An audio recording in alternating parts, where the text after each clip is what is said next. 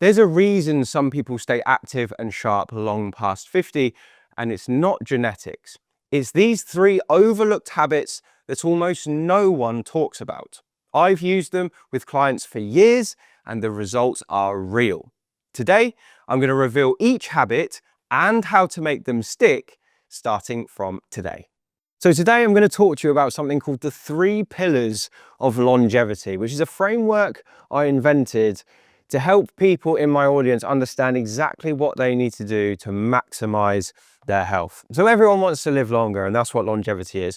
Well, I believe from a physio point of view, there are 3 things you need to do to make that happen. Now, this is the framework. So what we've got here are 3 pillars, and you can imagine these like when you go to Rome and you see those beautiful ancient buildings and you see these amazing pillars that held up these huge slabs of stone or buildings or whatever they used to put on these pillars. This is what we've got here. And our top thing that's being supported is your longevity.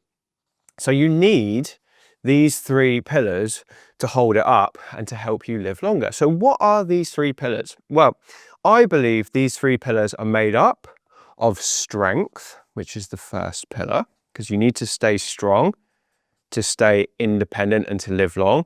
The second one is mobility, because remember, living long and having longevity is not just about how long you live, it's also how much life is in those years. And if you're stiff, if you can't move well, that's going to be sacrificed.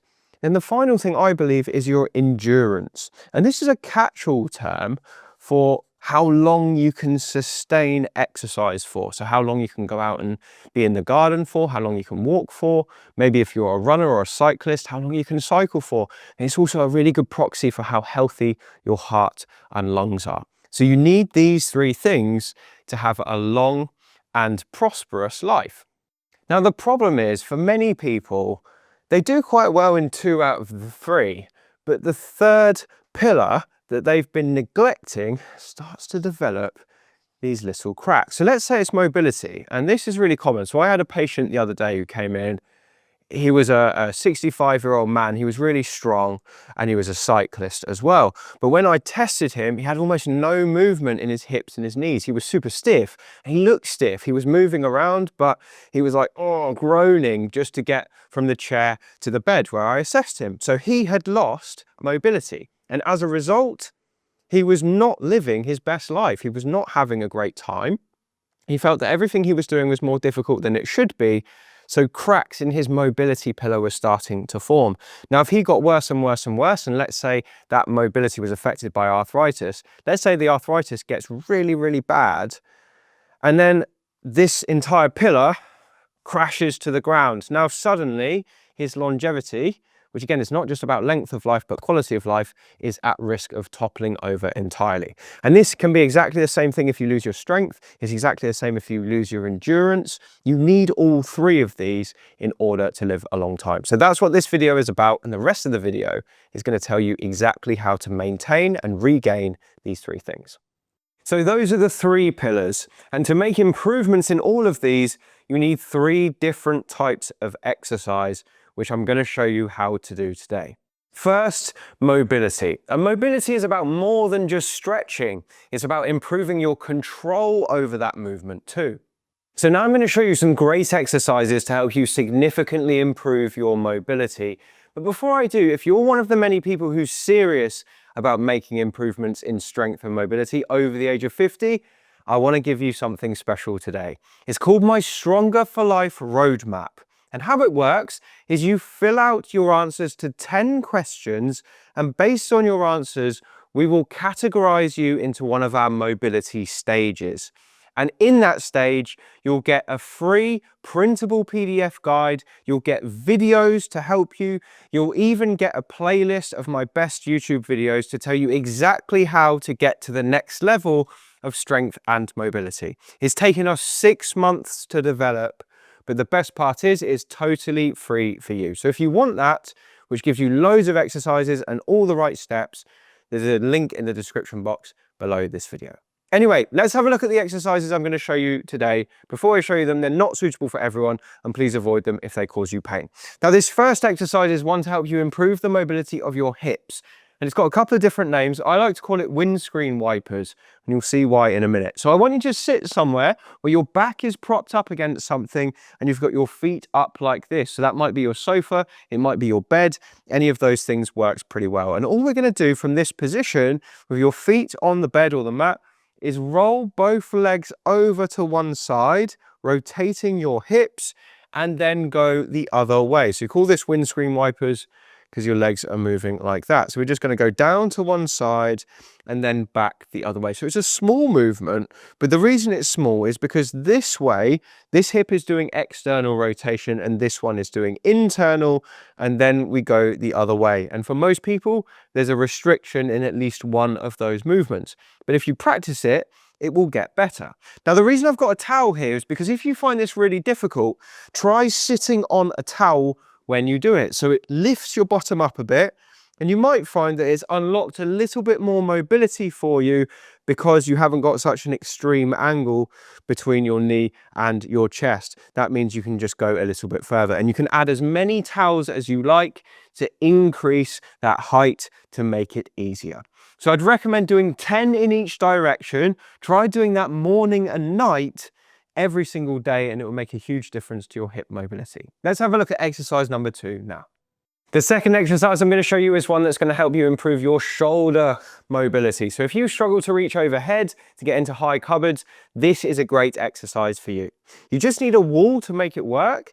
What you're going to do is turn and face the wall like this, and with your working side, you're just going to put the fingers of your hand on the wall like this. Now, keeping a nice upright posture, we're then going to pretend your hand is a spider and walk those fingers up the wall as high as you can go. So you want to take that spider up as high as you can, really extend your arm up in the air, and when you can't get any further, you can take a small step in towards the wall and see if you can get an extra inch. Once you get to the top, take it back down, take a little step away, and slowly walk your hand down again like this.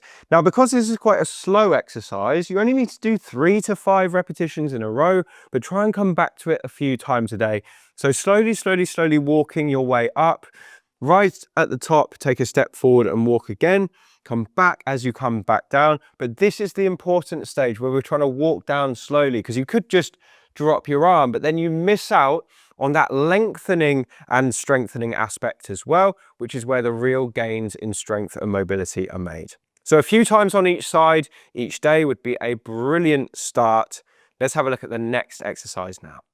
The next exercise I've got for you is one to help you improve your lower body mobility, and it's a brilliant one for loosening up the hips and the knees. So it's called a squat with a stick, and here is how it looks. You just need a nice sturdy door frame or a wall where you can put a broom handle against like that. So I'm going to use this, just a cheap broom handle. You prop it up against that edge between the floor and the door like that, and you step away from it. So you've probably got about 1 meter or a yard away between your feet and the wall. Now hold your stick with both hands, take your feet nice and wide, and all we're going to do is sink down into a squat like this, and you only need to go as far as you feel is comfortable for. So for some people, it might be just there, and you're going to use that stick to help kind of lever you so you can come down and use it to push up on to get you back. Now, as you get more flexible, you can take a bit further of a step away from the wall, and you can really sink down into that squat like this. First of all, with your arms bent, but as you get even more flexible, what we can start to do is this. You take the stick forward and reach up at the same time as you stick down into the squat. Okay, so I'll show you that again. This is the easy version, like this. The hard version is you push the stick away and sink down like this. So the stick is now raising your arms up. So this does 2 things. Number 1, it improves the mobility of your shoulders, but number 2, it improves the mobility of your mid-back as well, your thoracic spine, both of which are super important as we age. So for this one, I'd recommend doing 5 to 10 repetitions in a row. Nice slow reps. We're not trying to rush this. 5 to 10 in a row, a couple of times per day if you're serious about improving this aspect of your mobility, and over time, you'll notice big changes. The second pillar we're going to talk about today is strength. And it's a scary fact that we lose strength rapidly as we age. And this literally starts for most people at the age of 30 years old. So let's say you're 30 and you start with this level of strength. So you're right up at the top of the curve. Now, as you get older, what tends to happen is this: it starts to tail off. And then when we hit 50, it becomes even more dramatic and it just gets worse and worse and worse. And if someone lives to the age of 90, their strength might be all the way down here compared to when they were 30, which makes sense, doesn't it? And the thing is, that is not everyone's path. If you do something about it, you can actually lift your strength curve back up. So let's say that you were 30, you did nothing until the age of about 50 here, and then you started resistance training. So I'm going to draw a little dumbbell there, okay? Try and redeem myself with some better drawing. Now, when you start resistance training here, what happens is it slows down the rate of loss. And for some people, if they stick with it, it even lifts it back up. So instead of just declining, you can get better over time. So I'm going to show you some of the best resistance training exercises to help you do this right now. Let's have a look at them. One of my favorite ever strengthening exercises for people over 50 is the goblet squat, and I'm going to show you how to do it today. This is also one of the exercises that I prescribe for people in stage 2 and stage 3 of the Stronger for Life roadmap, which you can grab below this video. So here is how the exercise looks. You're going to take a dumbbell or a small weight, or you can fill up a bag with books and you're going to hold it into your chest like this. So I'm going to turn this way to show you. And then what we're going to do here, keeping this dumbbell like this against your chest, you're going to stick your bottom out, bend your knees and sink down into a squat, keeping your back nice and straight, and then come back up and squeeze your buttocks at the top. So I'll show you from this angle now. So you're going to sit back into a squat like this. So down, down, down, keep your back nice and straight, only go as far as you feel you can, and then come back up. Now, if you're just getting started, but you want to give this a go, you can do them like this. So mini goblet squats are absolutely fine. You're still going to get benefits. It is more beneficial to go low, but if you've got a bad knee or a bad hip, you don't need to skip this exercise altogether. You can just modify it so you're not going quite so deep. But if you can go deep, go as far as you can and come back up without rounding your spine. So if you look at my back, it's straight the whole way through. It's my hips and my knees that are doing the work. And you want to do somewhere between 10 and 20 repetitions. Do 3 sets of that in total. And that's a brilliant way to strengthen the whole lower half of your body. Let's have a look at the next strengthening exercise now. The second strengthening exercise I'm going to show you today is one that strengthens your upper body, and especially your shoulders and your arms. It's called the curl, twist and press, and it looks like this. You just need a nice sturdy dining room chair and 2 dumbbells. They can be nice and light to begin with, just while you get used to it. So pick up your weights like this. You're going to hold your dumbbells by your sides, and here's how the movement looks. You're going to go curl, so you come up like this, twist, so you take them out here, and then press, which is put them overhead, and then put it into reverse. So down, in, and down. Okay, so it's a 3-stage movement. I'll do it again with you. So curl, twist, and press, and then down, in, and down. So it's like this: curl, twist out, press up, and then back into reverse. So this exercise is great for strengthening your shoulders, your rotator cuff, your triceps, and your biceps as well. And I would recommend, again, doing 10 to 20 repetitions of this in a row until you get some fatigue in your arms. 3 sets total, and you can just do that a couple of times per week to get a brilliant result in improving your strength. The third pillar is endurance. And endurance gives you staying power when you're doing daily tasks like walking, carrying, shopping, or gardening. Now, we want the kind of endurance that you build up to be highly relevant to your daily life, which is why I think walking is one of the best ways to build it.